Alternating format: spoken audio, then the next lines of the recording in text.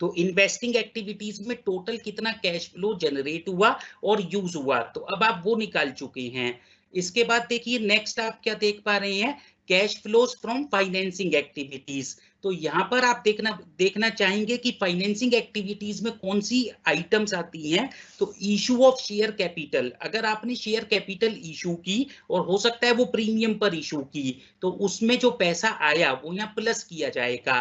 तो अगर share capital last year 10 lakh rupees की थी, अब 15 लाख रुपीस की हो गई, तो 5 लाख रुपीस से जो बड़ी है तो वो आप यहाँ प्लस करेंगे। और अगर ये 5 लाख की कैपिटल 10% के प्रीमियम पर इशू की गई थी, तो 5 लाख का 10% कितना हुआ 50,000, तो वो 5 लाख 50,000 यहाँ ऐड किया जाएगा, क्योंकि 5 लाख तो हमें शेयर के मिले और 50,000 प्रीमियम के मिले। इसी तरह raising of long term loans और डिवेंचर्स इन कैश, तो अगर कहीं से भी जैसे हमने डिवेंचर से बैंक लोन से पैसा इकट्ठा किया, वो लोन हमने लिए, तो पैसा हमें मिलेगा मतलब हम उसे प्लस करेंगे, तो ये भी फाइनेंसिंग एक्टिविटी का पार्ट है।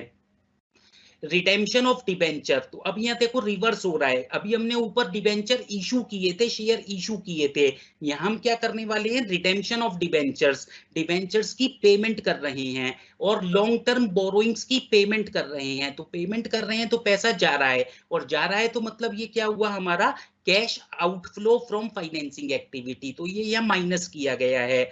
इसी तरह अब आप आगे देख रहे हैं interest paid on loans debentures etcetera, ये आपको याद होगा ऊपर मैंने ऐड कराया था, कहां पर, जब हम बात कर रहे थे adjustments for non cash and non operating items, तो मैंने बताया था कि इंटरेस्ट हमने जो डिबेंचर पर दिया, बैंक लोन पर दिया, उसे वहां ऐड करना पड़ रहा है, क्योंकि वो नॉन ऑपरेटिंग एक्टिविटी है, क्योंकि वो फाइनेंसिंग एक्टिविटी है, तो उसको वहां ऐड किया गया था और अब उसको यहाँ पर सब्ट्रैक्ट किया जा रहा है। इसी तरह आप देख रहे हैं पेमेंट ऑफ इंटरिम डिविडेंड, तो इंटरिम डिविडेंड हमने जो पे किया, ये भी आपको याद है ऊपर हमने ऐड किया था, कहां पर, difference of closing surplus and opening surplus के टाइम पर, तो इसको ऊपर ऐड किया था, यहां पर इसको सब्ट्रैक्ट करना पड़ेगा। पेमेंट ऑफ फाइनल डिविडेंड, तो ये वही है जो लास्ट ईयर का प्रपोज डिविडेंड हमने इस साल फाइनली पे किया है, तो उसको यहाँ सब्ट्रैक्ट करेंगे। बैंक ओवरड्राफ्ट का जहां तक सवाल है कि अगर उसके बारे में कुछ नहीं लिखा हुआ है और वो बढ़ गया है तो पैसा मिला है, उसको आप फाइनेंसिंग एक्टिविटी में प्लस कर सकते हैं, और अगर घट गया है तो उसको फाइनेंसिंग एक्टिविटी में सब्ट्रैक्ट कर सकते हैं। ये सब करने के बाद क्या निकल कर आता है, net cash flows generated from और यूज्ड इन फाइनेंसिंग एक्टिविटी, तो इसको देखो अल्फाबेट सी से लिखा गया है, तो ऑपरेटिंग एक्टिविटी से जो कैश फ्लोज निकले थे वो अल्फाबेट ए से मैं डिनोट कर रहा था, इन्वेस्टिंग एक्टिविटी से जो कैश फ्लोज निकले थे उसको अल्फाबेट बी से डिनोट कर रहा था, और फाइनेंसिंग एक्टिविटी से जो कैश फ्लोज निकले थे उसे अल्फाबेट सी से डिनोट कर रहा था।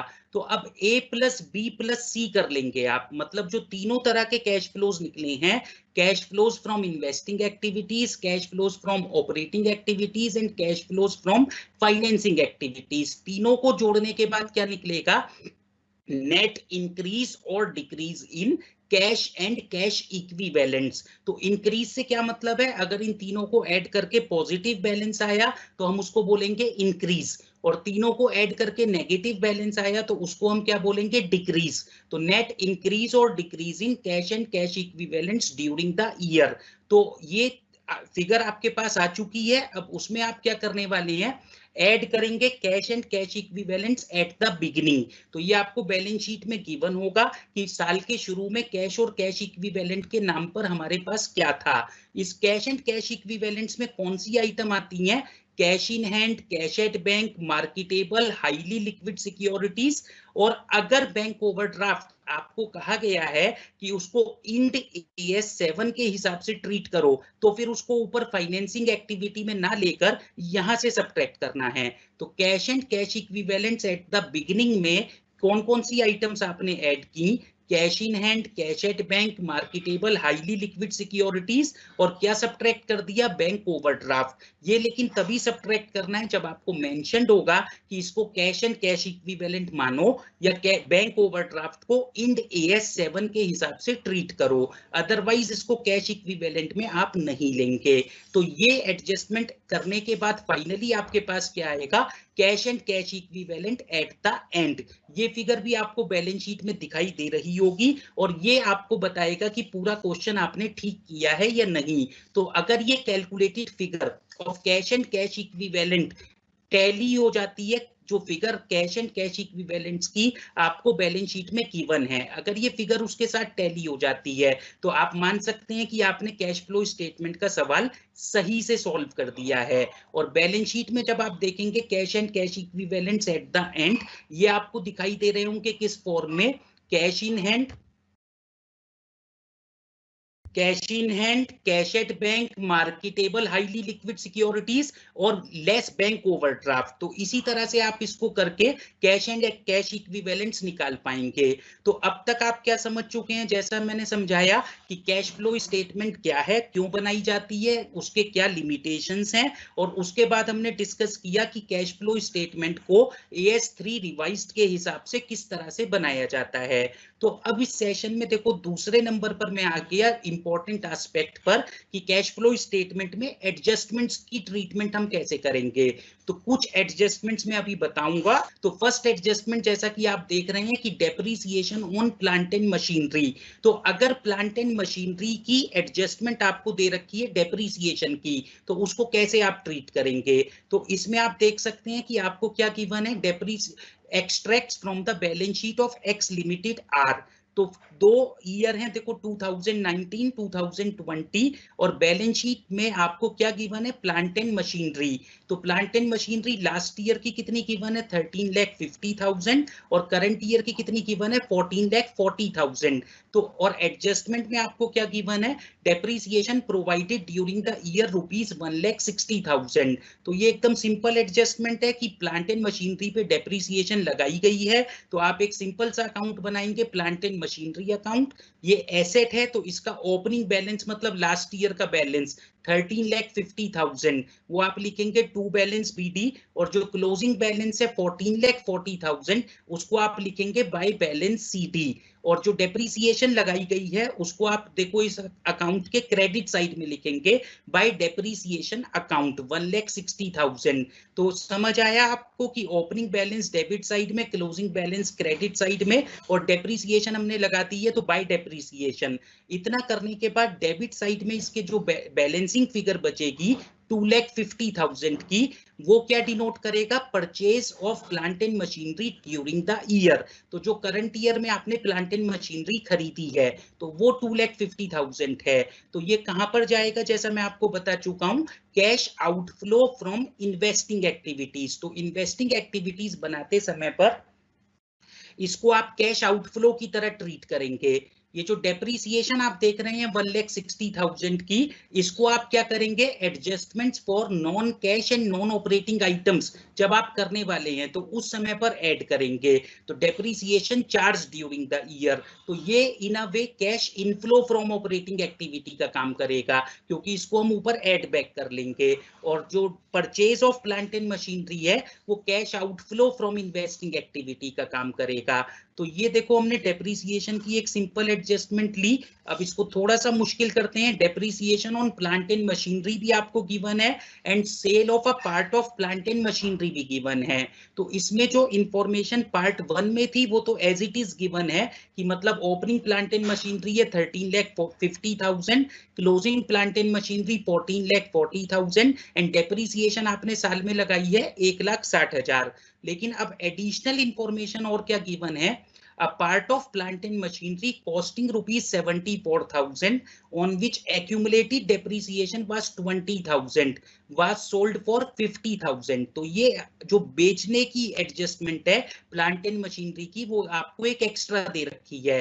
तो प्लांट एंड मशीनरी थी कितने की, जो हमने सेल की है 74,000 की, उस पर डेप्रिसिएशन लग चुकी थी 20,000। तो मतलब उसकी जो बुक वैल्यू बची है वो 54,000 की बची है।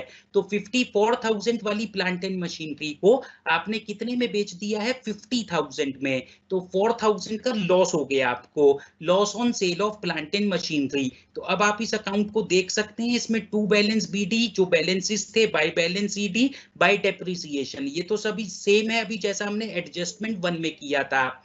इसके बाद आप यहां देख पा रहे हैं बाय बैंक अकाउंट जो हमने मशीनरी बेची है 50,000 में, ये वो डिनोट कर रहा है। By loss on sale of plant and machinery, ये लॉस 4,000, जैसा भी मैंने समझाया कि मशीन हमारी 74,000 की थी, 20,000 की डेप्रिसिएशन लग चुकी थी, तो 54,000 की बची, और उस 54,000 की मशीन को हमने कितने में सेल किया है? 50,000 में, तो 4,000 का ये लॉस हो गया, तो ये वो लॉस डिनोट कर रहा है। तो ये एडजस्टमेंट्स करने के बाद फिर आप देखेंगे कि डेबिट साइड में एक बैलेंसिंग फिगर आपको नजर आ रही है 3,04,000 की। ये 3,04,000 फिर क्या रिप्रेजेंट कर रहा है? Purchase of plant and machinery during the year. तो जो आपने प्लांट एंड मशीनरी साल में खरीदी वो 3,04,000 रुपए की है। तो इसको अब क्या करने वाले हैं आप? Cash outflow from investing activities. तो ये इन्वेस्टिंग एक्टिविटीज बनाते समय सब्ट्रैक्ट किया जाएगा। अब क्रेडिट साइड में इस अकाउंट में आप देखें बाय डेप्रिसिएशन, जैसा मैं बता रहा हूं, तो जो डेप्रिसिएशन 1,60,000 रुपए की लगाई गई है वो आप ऐड करेंगे कहां पर? जब adjustments for non cash and non operating items करेंगे ऑपरेटिंग एक्टिविटीज में। बैंक अकाउंट आप कहां पर लेने वाले हैं? ये पैसा मिला, मशीनरी बेची, तो cash inflow from investing activities, तो ये इन्वेस्टिंग एक्टिविटीज में प्लस किया जाएगा। Loss on sale of plant and machinery जो 4,000 का हुआ है, इस लॉस को आप कहां पर लेकर जाएंगे? Adjustments for non cash and non operating items के समय पर ऐड करेंगे, क्योंकि ये लॉस है, ये नॉन कैश आइटम है। तो इतना करने के बाद देखो, दो एडजस्टमेंट्स आप अच्छे से समझ गए हैं। अब थर्ड एडजस्टमेंट पर हम आ जाते हैं। डेप्रीसिएशन तो इसमें नहीं गिवन है, वो एज बैलेंसिंग फिगर निकलेगा। गिवन क्या होगा? Sale of part of plant and machinery. एक तो प्लांट एंड मशीनरी बेची जाएगी, जैसा भी हमने ऊपर सेकंड एडजस्टमेंट में सेल किया था। और दूसरा क्या होने वाला है? accumulated depreciation balances are given both for the current year and last year। तो अभी पिछली एडजस्टमेंट में आप देखो कि उसमें हमें एक्यूमुलेटेड डेप्रीसिएशन के ओपनिंग और क्लोजिंग बैलेंसेस नहीं गिवन थे, बस ये गिवन था कि जो मशीन बेची है उस पर कितनी डेप्रीसिएशन लग चुकी थी, 20,000। लेकिन अब थर्ड एडजस्टमेंट सेकंड एडजस्टमेंट से कैसे डिफरेंट है वो आपको समझना है। इसमें आपको एक तो करंट ईयर में जो डेप्रिसिएशन चार्ज की गई है वो नहीं गिवन है, और दूसरी इंपॉर्टेंट क्या फर्क है कि एक्यूमुलेटेड डेप्रिसिएशन के ओपनिंग और क्लोजिंग बैलेंसेस गिवन हैं। तो क्या इंफॉर्मेशन है आपके पास? Plant and machinery last year की 13,50,000, करंट ईयर की 14,40,000, उसमें से सब्ट्रैक्ट करके दिखाया हुआ है एक्यूमुलेटेड डेप्रिसिएशन 2 लाख है लास्ट ईयर का और 2,60,000 है करंट ईयर का। इसमें एडिशनल इंफॉर्मेशन आप क्या देख रहे हैं? अ part of machinery costing ₹74,000 on which accumulated depreciation was 20,000 was sold for 60,000। तो अब क्या हुआ है? देखो, जो 74,000 की मशीन थी उस पे 20,000 की डेप्रिसिएशन लग चुकी थी, तो अब वो कितनी की बची हमारी? 54,000 की, और उसको हमने 60,000 में बेचा है। तो अब हमें क्या हुआ? 6,000 का प्रॉफिट हो गया। तो लॉस मैंने बताया था एसेट में क्रेडिट साइड में आएगा, प्रॉफिट एसेट में डेबिट साइड का। इसमें क्या फर्क है? एक्यूमुलेटेड डेप्रिसिएशन के ओपनिंग और क्लोजिंग बैलेंसेस दोनों दे रखे हैं। तो आप क्या करेंगे? इसमें दो अकाउंट्स आपको एडजस्टमेंट में बनाने पड़ेंगे, जैसा कि आप देख पा रहे हैं, एक प्लांट एंड मशीनरी अकाउंट और दूसरा एक्यूमुलेटेड डेप्रिसिएशन अकाउंट। तो प्लांट एंड मशीनरी अकाउंट में आप क्या करेंगे? To balance BD by balance CT, क्योंकि ये एसेट की आइटम है, तो ओपनिंग बैलेंस आप देख रहे हैं हमने डेबिट साइड में लिखा है, क्लोजिंग बैलेंस हमने क्रेडिट साइड में लिखा है। उसके साथ साथ आप और इसमें क्या देख रहे हैं? बाय एक्यूमुलेटेड डेप्रिसिएशन अकाउंट, ये 20,000 रुपीस की वो डेप्रिसिएशन है जो उस मशीन पर लगी है जो मशीनरी इस साल डिस्पोज ऑफ की गई है। तो अब नीचे आप एक अकाउंट देख पा रहे हैं, एक्यूमुलेटेड डेप्रिसिएशन अकाउंट। तो इस एक्यूमुलेटेड डेप्रिसिएशन अकाउंट में जो बैलेंसेस हैं by balance BD to balance CT, तो ऐसे बैलेंसेस हमें क्यों दिख रहे हैं? क्योंकि बाय बैलेंस बीडी मतलब ये लाइबिलिटी की आइटम है, तो ओपनिंग बैलेंस को क्रेडिट साइड में लिखा गया है और क्लोजिंग बैलेंस को डेबिट साइड में लिखा गया है।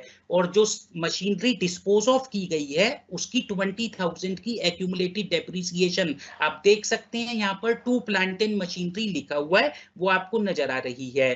तो वो कॉन्ट्रा एंट्री की तरह हो गई। वहां प्लांट एंड मशीनरी में हमने लिखा बाय एक्यूमुलेटेड डेप्रिसिएशन 20,000 और एक्यूमुलेटेड डेप्रिसिएशन में हमने लिखा टू प्लांट एंड मशीनरी 20,000। मतलब अब ये एंट्री कैश फ्लो स्टेटमेंट बनाते समय कहीं और नहीं जाएगी।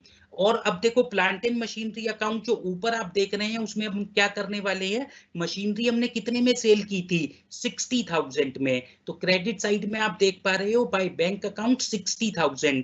ये क्या डिनोट कर रहा है, sale of plant and machinery during the year. तो ये कहां पर जाएगा, जब आप cash inflows from investing activities बनाएंगे तो वहां पर ये प्लस होगा। ठीक है, डेबिट साइड में आप क्या देख रहे हैं, to profit on sale of plant and machinery. तो अभी प्रीवियस एडजस्टमेंट में हमने देखा था लॉस हुआ था, तो वो लॉस हमने क्रेडिट लिखा था by loss on sale of plant and machinery, लेकिन यहाँ पर क्या हुआ है, प्रॉफिट हुआ है, तो प्रॉफिट को हमने क्या लिखा है, to profit on sale of plant and machinery. ये प्रॉफिट कितने का हुआ है, 6,000 का। ये 6,000 मैंने समझाया था कैसे निकला है, 74,000 की हमारी मशीन थी जिसपे 20,000 एक्यूमुलेटेड डेप्रिसिएशन लग चुकी थी, तो बची वो कितने की 54,000 की, और उसको हमने बेचा कितने में 60,000 में, तो 6,000 एक्स्ट्रा में बेचा गया है, तो वो प्रॉफिट हो गया। ये प्रॉफिट का हम क्या करते हैं, इसको सब्ट्रैक्ट करते हैं, कहां पर, जब हम करेंगे adjustments for non cash and non operating items, तो वहां पर इस profit on sale of plant and machinery को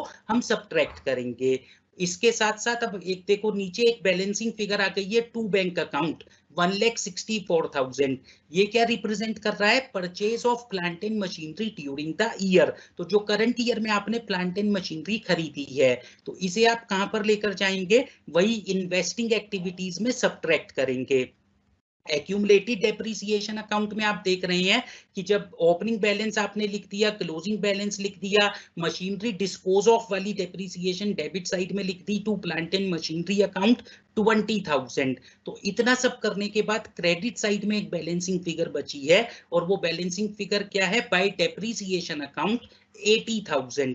तो ये 80,000 क्या रिप्रेजेंट कर रहा है, ये रिप्रेजेंट कर रहा है depreciation charge during the year. तो जो टोटल प्लांट एंड मशीनरी पर आपने करंट ईयर में डेप्रिसिएशन लगाई है वो कितनी है, 80,000। इस 80,000 का आप क्या करेंगे, इसको आप ऐड करेंगे कहां पर, जब adjustments for non cash and non operating items आप करेंगे कैश ऑपरेटिंग एक्टिविटीज बनाते समय पर। तो अब देखो हम नेक्स्ट एडजस्टमेंट पर आ जाते हैं, पेमेंट ऑफ इंटरिम डिविडेंड।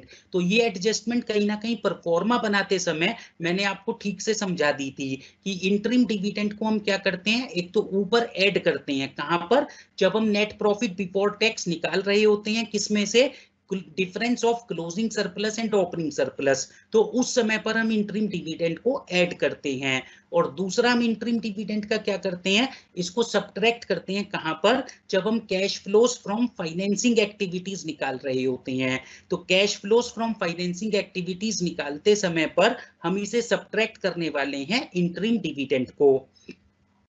इसके बाद देखो नेक्स्ट आप क्या देख पा रहे हैं, प्रोविजन फॉर टैक्सेशन। तो ये भी एक इंपॉर्टेंट एडजस्टमेंट है जो कैश फ्लो स्टेटमेंट के चैप्टर में अक्सर आपको दिखाई देगी। तो प्रोविजन फॉर टैक्सेशन में हम क्या करेंगे, देखो क्या इंफॉर्मेशन आपको गिवन होगी, extracts from the balance sheet of x limited. तो एक्स लिमिटेड की बैलेंस शीट से क्या गिवन है, प्रोविजन फॉर टैक्सेशन।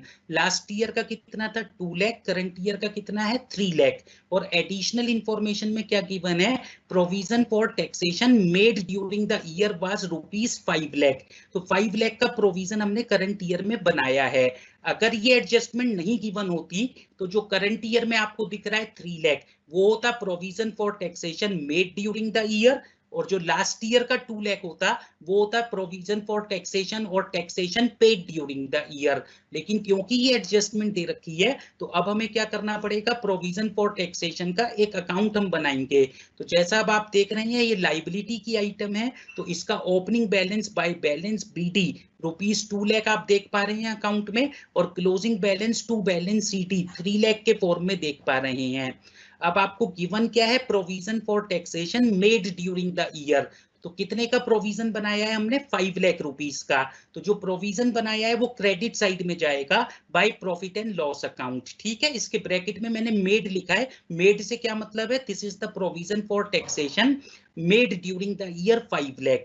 ये मेड वाला प्रोविजन कहां पर जाता है, जब आप cash flows from operating activities निकालते हैं और उसमें ऊपर नेट प्रॉफिट बिफोर टैक्स निकालने से पहले जब आप क्लोजिंग सरप्लस और ओपनिंग सरप्लस का डिफरेंस लेते हैं, उसी में ये कैश फ्लो में ऐड होता है ये 5 लाख रुपीस का जो प्रोविजन फॉर टैक्सेशन है। ये बात भी जब परफॉर्मा मैंने समझाया था अच्छे से आपको बताई थी। तो अब इस अकाउंट में आप देख पा रहे हैं कि बैलेंसिंग फिगर हमारी क्या बची है, to bank account balancing figure, और वो है 4 लाख रुपीस की। तो ये 4 लाख क्या रिप्रेजेंट कर रहा है, tax paid during the year. ये वो टैक्स है जो हमने करंट ईयर में पे किया है। कितने का पे किया है, 4 लाख रुपीस का। तो अब ये कहाँ जाएगा, जब कैश फ्लोज हम निकाल लेते हैं operating profit before working capital changes में करंट एसेट करंट लाइबिलिटी की एडजस्टमेंट्स करने के बाद, तो क्या निकलता था, कैश जनरेटेड और यूज्ड फ्रॉम ऑपरेटिंग एक्टिविटीज। तो उसमें से हम ये लेस करते थे tax paid during the year 4 lakh rupees. तब जाके फाइनली क्या निकलता था, net cash flows generated from और यूज्ड इन ऑपरेटिंग एक्टिविटीज। तो ये ऑपरेटिंग एक्टिविटीज के लास्ट में जो टैक्स सब्ट्रैक्ट किया जाता है ये वो टैक्स है। और इसी एडजस्टमेंट में आपको एक ये बात भी समझने की है कि क्वेश्चन में यहाँ पर मैंने आपको क्या दिया था, प्रोविजन फॉर टैक्सेशन मेड। तो मेड अगर आपको गिवन था तो पेड निकल आया था, और अगर पेड आपको गिवन है तो मेड निकल आएगा। तो हो सकता है कि क्वेश्चन में tax paid during the year 4 lakh rupees given हो, तो भी आप इस अकाउंट को ऐसे ही बनाएंगे, by balance BT to balance CT to bank account. तो यहाँ तक अभी हम फर्स्ट 5 एडजस्टमेंट्स कवर कर चुके हैं।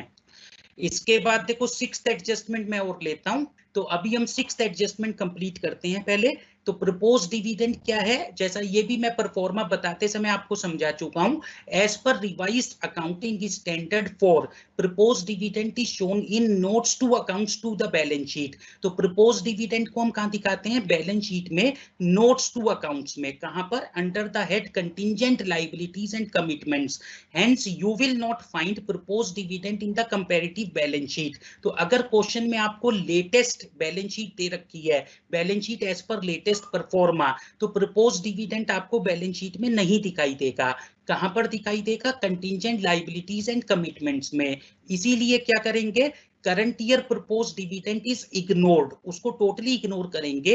And last year propose dividend का क्या करेंगे, उसी को मानेंगे कि ये इस साल एप्रोप्रिएट किया गया है, और उसी को मानेंगे कि ये इस साल पे किया गया है। तो उसी को आप ऐड करेंगे, मतलब लास्ट ईयर के प्रपोज डिविडेंड को आप ऐड करेंगे कहां पर, difference between closing and opening balance of surplus. तो difference between opening and closing balance of surplus for computing net profit before tax. ये परफॉर्मा बताते समय भी मैंने आपको समझाया था कि इसको वहीं पर हम ऐड करेंगे, और इसी को हम सब्ट्रैक्ट करेंगे कहां पर, deducted in cash flows from financing activities. तो जब हम cash flows from financing activities बनाएंगे तो वहां पर इसको सब्ट्रैक्ट भी करेंगे। तो अभी देखो मैं 6 एडजस्टमेंट पहले कंप्लीट कर चुका हूं, परफॉर्मा आपको समझा चुका हूं। तो